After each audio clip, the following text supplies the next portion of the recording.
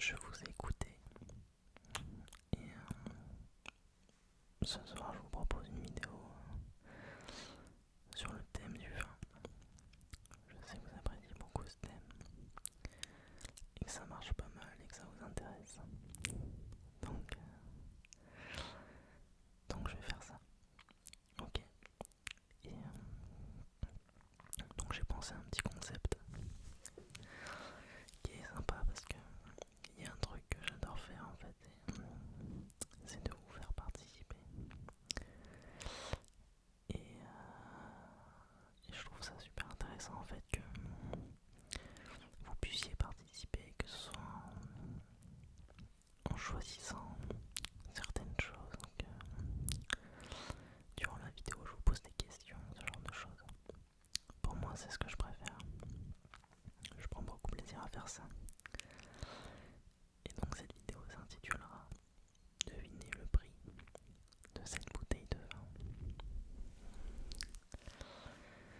Donc ce que j'ai fait, c'est que j'ai ramené quelques bouteilles, certaines vraies, certaines factices, mais ça n'a pas d'importance.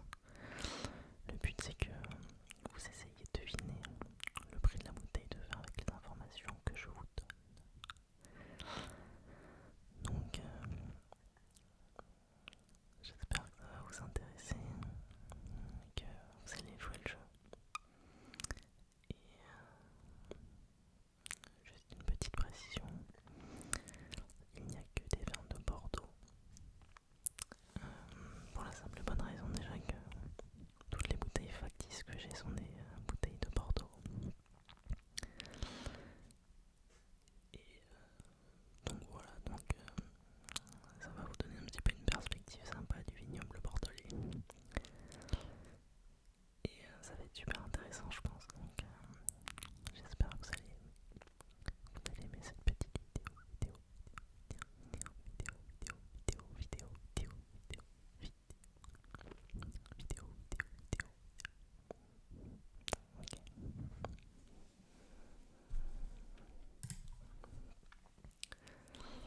Alors, en première bouteille, on va commencer assez simple.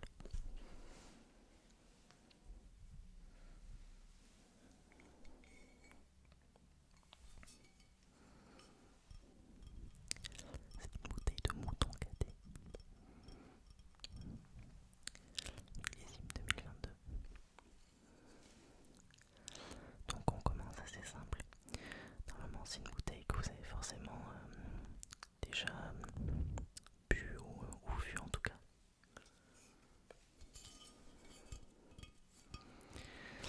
Et donc c'est un vin rouge assez simple, c'est un vin de marque. Et fun fact assez intéressant, c'est que dans les années 80-90, aux États-Unis, une bouteille de Mouton Cadet, enfin une bouteille sur deux vendue aux États-Unis dans les années 80-90, c'était un Mouton Cadet. Donc gros succès commercial. Mouton Cadet, c'est une marque qui est assez iconique.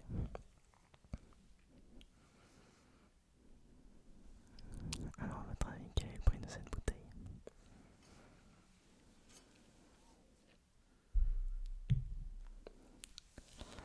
Cette bouteille coûte dans les alentours de 15 euros. 15 euros. 15 euros. Ça va. Ça reste quand même abordable. C'est vraiment le classique que vous pouvez trouver en supermarché. Ça fait vraiment partie des marques qui sont assez iconiques. Donc voilà.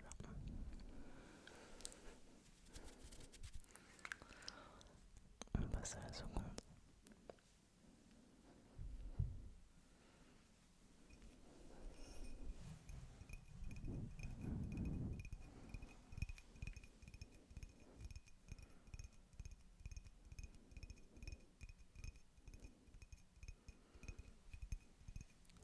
C'est un château Cérilan en appellation Saint-Estèphe. Et c'est un cru bourgeois supérieur.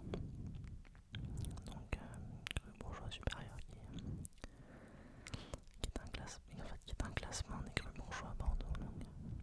C'est l'un des nombreux classements d'ailleurs. Et c'est le millésime 2019. Donc, appellation Saint-Estèphe, qui est une appellation très reconnue. Vous avez sûrement déjà entendu parler de cette appellation.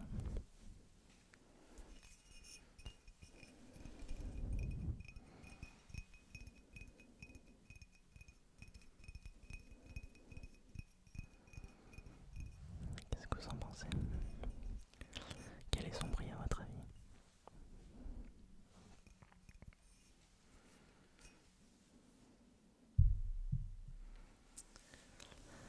Son prix se situe autour des 12,50 €, ce qui n'est pas énorme. Même si 2019 est un millésime qui est assez frais à Bordeaux et assez classique. Je sais que les gens ont tendance en fait à se focaliser un petit peu sur l'appellation. Typiquement Saint-Estèphe, qui est une très très belle appellation, on aura tendance à croire que ce sont forcément des grands vins qui ont un certain prix, mais c'est pas forcément le cas. Voilà. Donc 12,50 €.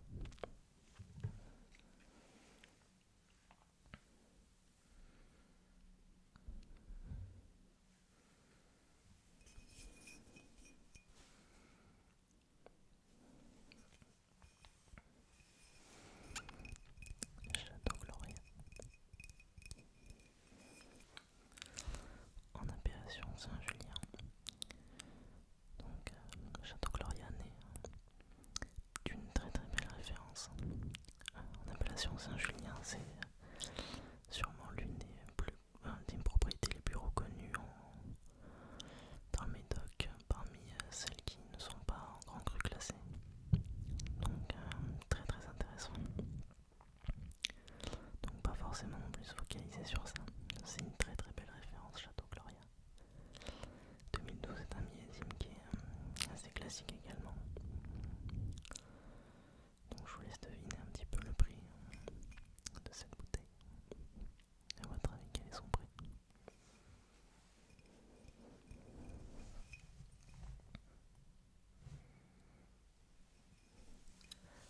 Appellation Saint-Julien qui est très reconnue aussi dans le Médoc. Et son prix est de 36 €. Aujourd'hui, vous trouvez un Château Gloria 2012 à 36 €, ce qui est relativement accessible pour un Saint-Julien d'une telle qualité. Telle qualité, telle qualité, telle qualité, telle qualité, telle qualité.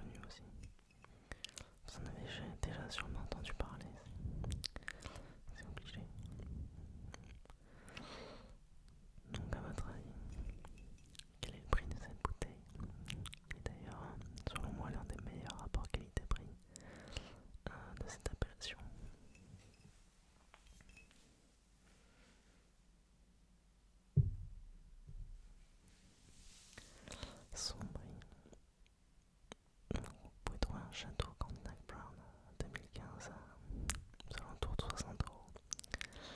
Ce qui ça paraît énorme pour certains, mais c'est pas tant excessif que ça par rapport à certains crus bordelais qui sont très très chers. Donc pour moi c'est une bonne affaire. C'est une bonne affaire. Une bonne affaire, une bonne affaire, une bonne affaire.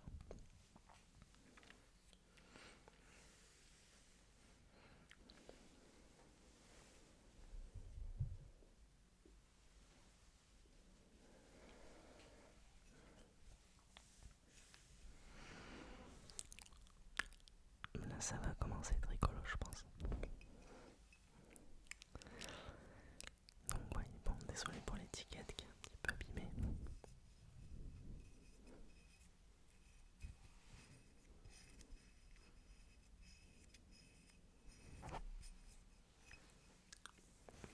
Donc il s'agit d'un château Baron Pichon. Pour ceux qui connaissent, une étiquette assez emblématique. Millésime 2010 qui n'est pas aussi bon que le millésime 2009 mais qui a néanmoins un très très bon millésime.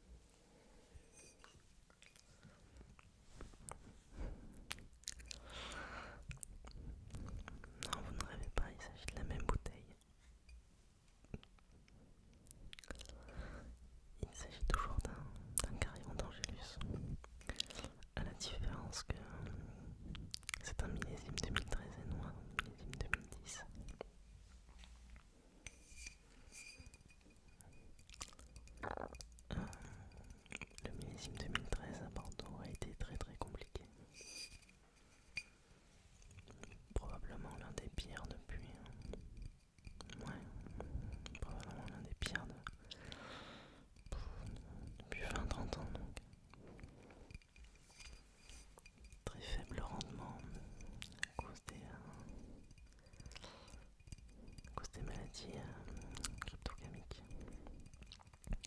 maladies de la vigne, qui ont décimé la plupart des vignes cette année-là. Et ça a causé de gros dégâts dans le vignoble et une climatologie très peu favorable en fait à avoir des raisins de qualité. Donc 2013 ça a été très très compliqué pour le vignoble bordelais. Et seuls les grands en général s'en sont très très bien sortis. Enfin, très très bien relativement comparé à d'excellents millésimes. C'est sûr que ce sera toujours moins qualitatif.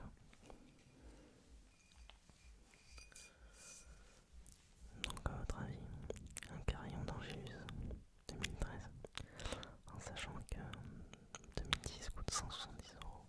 Combien coûte un 2013?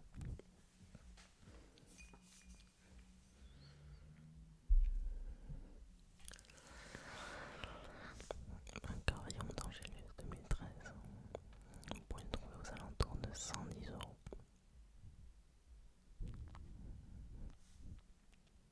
110 euros. Vous imaginez la différence de prix? C'est exactement la même bouteille. Seul le millésime change. Et pour moi, ça dénote en fait de quelque chose de très important. C'est que le consommateur en fait lambda ne prend pas en compte. C'est le millésime. Ça demande certaines connaissances en fait du vignoble. C'est assez exigeant, mais à ce prix-là, de toute façon, c'est super important de se renseigner quand on achète une bouteille de vin. Il faut pas acheter n'importe quoi, mais c'est peut-être 30% en moins. Vous dites, enfin, c'est énorme, c'est énorme. Donc voilà.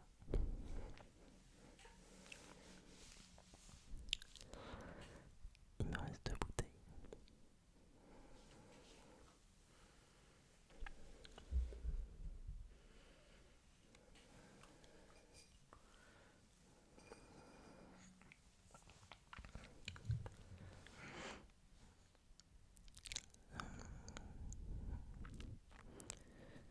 J'ai eu l'immense chance de déguster et boire cette bouteille de vin.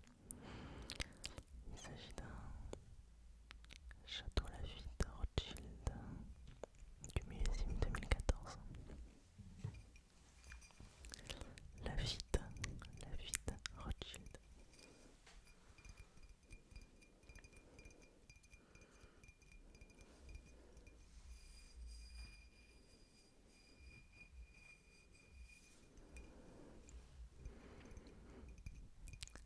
Millésime 2014 qui est un millésime assez simple, assez classique. Je dirais qu'il se situe entre la qualité d'un 2015 et un 2013 qui est moins bon. Donc plutôt bon sans être transcendant non plus.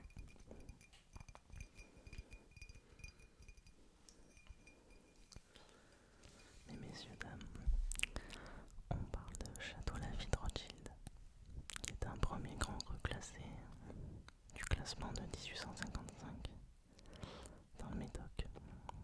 Il n'y a que 5 propriétés qui sont à la tête de ce classement. Il y a Château Latour, Château Mouton Rothschild, Château Margaux, Château Brion